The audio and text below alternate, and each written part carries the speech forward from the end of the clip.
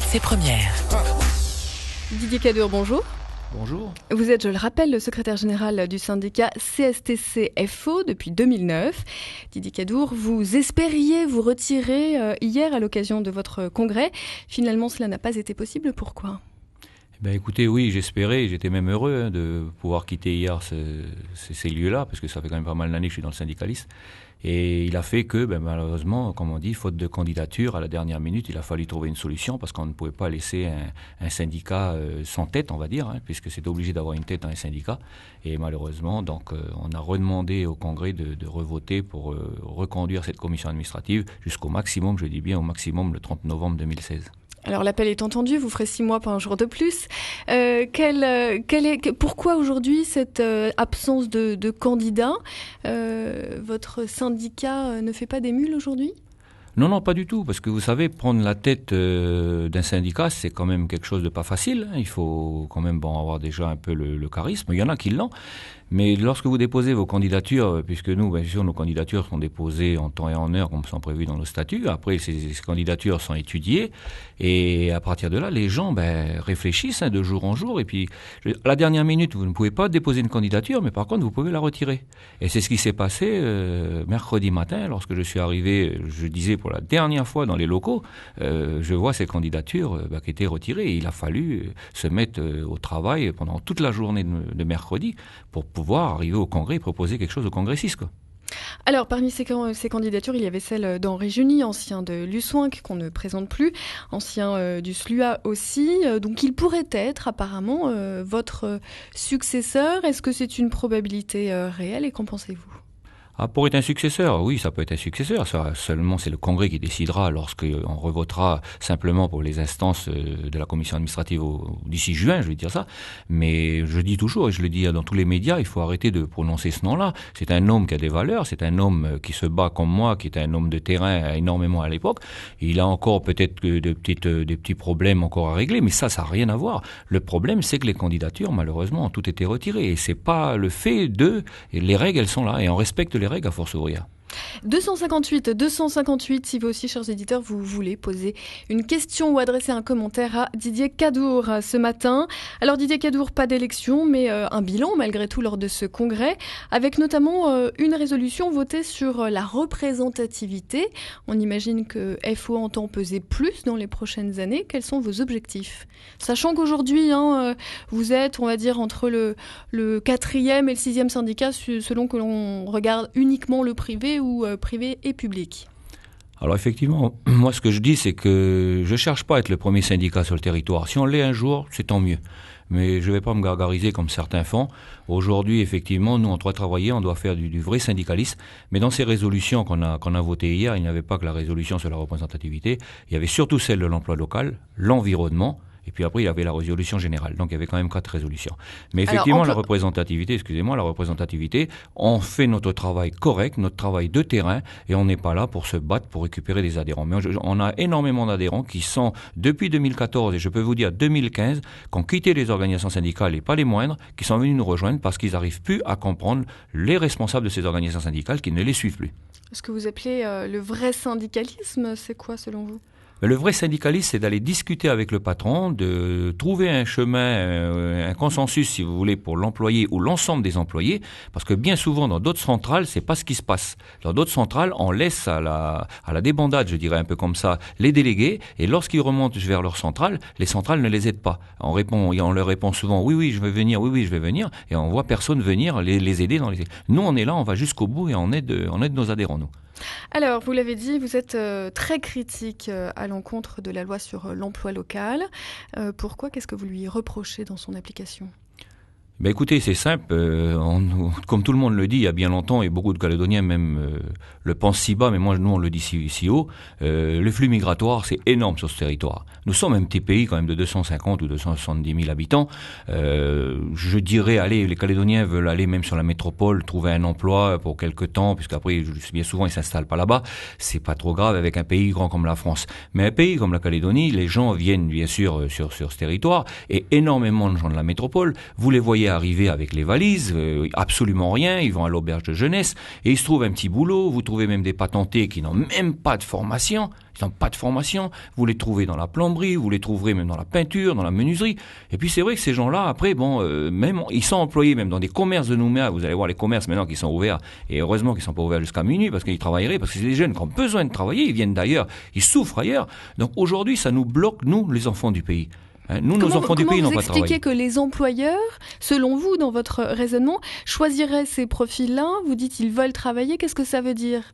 Pourquoi l'employeur ne choisirait pas le Calédonien dans le cadre de cette loi sur l'emploi local, notamment quand on parle de commerce? Eh bien, vous savez très bien qu'en Calédonie, il a peut-être la syndicalisation, elle n'est pas très forte, mais la syndicalisation, elle est là quand même. Et ces gens qui viennent d'ailleurs ne se syndiquent pas. Lorsqu'ils arrivent dans les entreprises, les employeurs sont tranquilles, ils ne prendront aucune adhésion dans aucune organisation syndicale. Le patron, il sera entièrement tranquille, il fera ce qu'il veut d'eux, il leur dit ma porte est grande ouverte, venez voir comme vous voulez, il n'y a pas de souci. Et on a vu même dans les entreprises faire des élections simplement, mais illégalement, on l'a dénoncé, on a beaucoup de preuves pour ça, en disant c'est toi le délégué du personnel, c'est toi le suppléant, le titulaire, le suppléant, tout ça c'est anormal. Alors les gens jouent le jeu, mais les gens ont besoin de manger. Alors vous voyez le petit gars de 24 ou 25 ans qui est venu de métropole pour essayer de refaire sa vie ici, il va tout faire, même s'il doit dormir sur la plage de Magenta, il va dormir sur la plage de Magenta. Nous avons Steve qui est en direct avec nous au standard. Bonjour Steve, nous vous écoutons. Didier Cadour est à votre écoute. Allô, bonjour Monsieur Cadour. Bonjour. Ça serait pour vous poser une question. Allez-y. Concernant l'emploi local. Est-ce que vous trouvez que c'est juste, dans la mairie de Nouméa, l'emploi local n'est pas appliqué? Voilà, merci. Merci pour votre question, Steve. Alors justement, Didier Cadour, une précision par rapport à cette question. Mairie Nouméa, on est a priori sur des fonctions dans la fonction publique. Oui, tout à fait.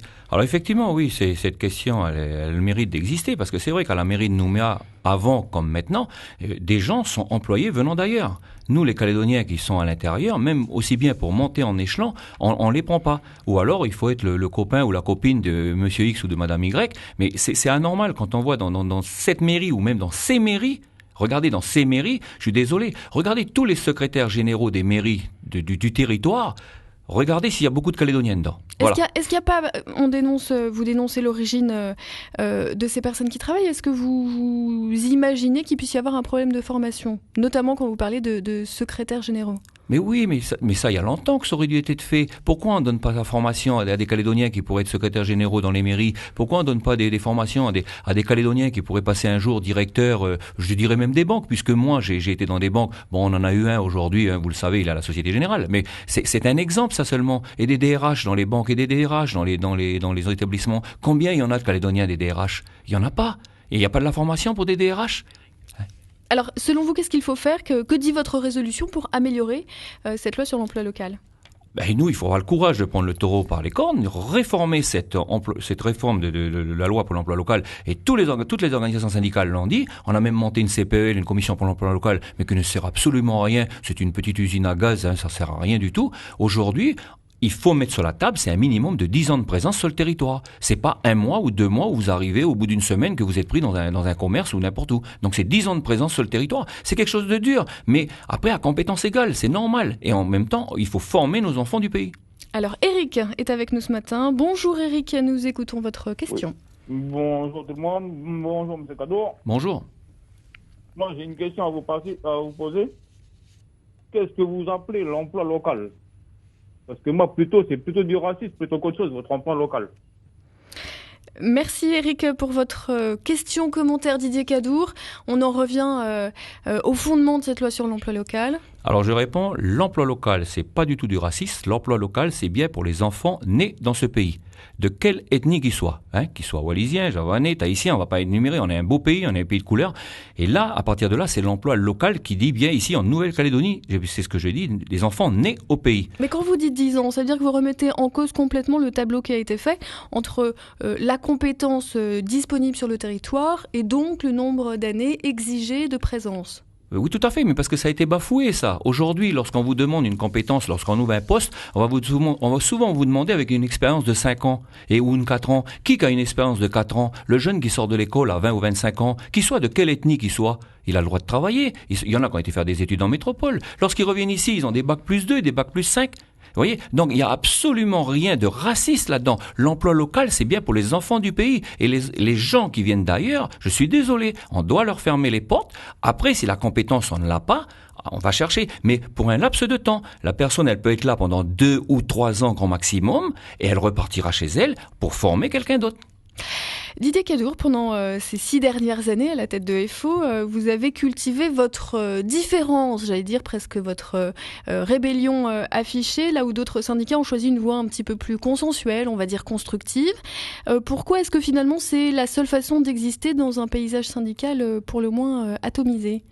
Non, parce qu'il faut dire que les autres organisations syndicales ont voulu rentrer dans le moule, ce fameux dialogue social qu'on a appelé. Nous, on a participé. Moi-même, j'ai été une fois au Canada et en Nouvelle-Zélande, puisqu'on passait par la Nouvelle-Zélande. On a voulu nous montrer ailleurs ce qui se passait ailleurs. Et à partir de là, toutes les organisations syndicales ont joué le jeu si vous voulez, de l'apaisement. Et pendant ce temps-là, le terrain a continué à se creuser entre les employeurs et les employés. Et les employeurs en rit de ça. Et ils étaient contents, bien sûr, les employeurs, que tout le monde s'apaise et puis absolument on ne gagnait rien derrière. Donc si vous voulez, nous on a continué. Alors, le salaire minimum a augmenté ces oui, 5 dernières années. Ça si vous voulez, c'est pas un souci. Le salaire minimum c'est très bien. Nous-mêmes le salaire minimum il pourrait être 200 000, mais c'est pas ça. C'est dans les entreprises. Il faut regarder comment les gens travaillent dans les entreprises, comment ils sont durement managés dans les entreprises, avec les objectifs qu'on leur donne. C'est un nouveau mot qui est arrivé sur le territoire depuis ces 7-8 dernières années. C'est un vilain mot selon vous ? Oui, c'est un vilain mot, parce qu'on vous met la barre très haute, et après, quand on n'arrive pas à la barre très haute, c'est très facile de vous licencier. Donald est avec nous ce matin également. Bonjour Donald, vous nous appelez de Nouméa, je crois. Oui, bonjour. Nous vous écoutons. Voilà, en fait, j'aimerais juste demander à Monsieur Cadour si l'emploi local me concerne. Je suis arrivé ici en Nouvelle-Calédonie, et il y a très longtemps. Et j'ai fait mes études au collège Katiramona, où j'ai eu mon brevet, et ensuite je suis allé à Escoffier, j'ai eu mon BEP et mon bac pro. Est-ce que l'emploi local me concerne ? Voilà. C'est-à-dire, est-ce que vous êtes considéré comme quelqu'un qui arrive ? C'est ça votre question ? Voilà. Merci. Merci voilà. Donald. Didier Cadour. Bien. Oui, alors, merci pour votre question. Non, votre question, je crois qu'elle ne vous concerne pas. Vous êtes arrivé, je crois, il y a très longtemps. Là, pour l'instant, on parle, nous, d'une barre à 10 ans. Peut-être que la barre, elle peut être à 8 ans ou à 7 ans, mais ça, il faut bien réfléchir. La personne qui est arrivée ici, on va dire même à l'âge de 4 ans ou 5 ans, qui a fait ses études ici, il n'y a aucun souci. Elle aura le droit de travailler après, elle a 20 ans, elle a 30 ans. Nous, on n'est pas là pour rejeter ces gens-là. C'est aujourd'hui qu'il faut mettre les freins là-dessus. C'est ceux qui continuent d'arriver. Vous allez à Tontouta aujourd'hui, tous les jours, vous regardez les avions, vous regardez les jeunes qui débarquent avec leur sac à dos, et malheureusement, ils fuient la France. Ils fuient même d'autres pays, mais ils fuient surtout la France. Donc pourquoi ? Parce que en France, vous avez vu ce qui se passe, tout va mal et tout le tralala. Et ils viennent dans notre pays tranquille, où je vous ai dit, vous pouvez dormir sur la plage tranquillement, sans serpent et puis sans araignée qui le pique, quoi. Mais vos critiques, est-ce que vous considérez pas aujourd'hui qu'elles sont finalement moins efficaces à l'extérieur de ce dialogue social, à l'extérieur notamment de l'agenda social et fiscal partagé ? Non, pas du tout. Non. Moi, je trouve que même l'agenda social partagé, ça a été encore, désolé de dire ça, une fumisterie. Aujourd'hui, donc, il y a beaucoup de choses qui ont été mises en place pour noyer les syndicats. Je vais peut-être aller un petit peu plus vite. C'est dans le CDS, le Conseil du dialogue social. Vous avez une subvention vraiment énorme. Et ce CDS, il ne fonctionne pas du tout. C'était là, on était toutes les organisations syndicales et moi, j'y étais dedans pendant près de 4 ans. J'y suis sorti dernièrement parce que je pensais partir, mais c'est pas grave, j'ai laissé ma place à quelqu'un d'autre. Ce CDS ne fonctionne pas. On est une force de proposition et on n'a jamais fait de force de proposition. On est là que simplement pour venir se voir une fois par mois, se regarder, se donner des idées, et puis tout le travail. Non, voyez ça, et la CPL, je vous ai dit tout à l'heure, c'est la même chose. On est en train de nous noyer, les syndicalistes dans des endroits où tout le monde va se taire, on les prend pour des co-gestionnaires, et puis voilà. Et vos collègues syndicalistes ont pris l'initiative de se regrouper en intersyndicale vie chère. Là encore, vous êtes une voix contestataire. Pourquoi ?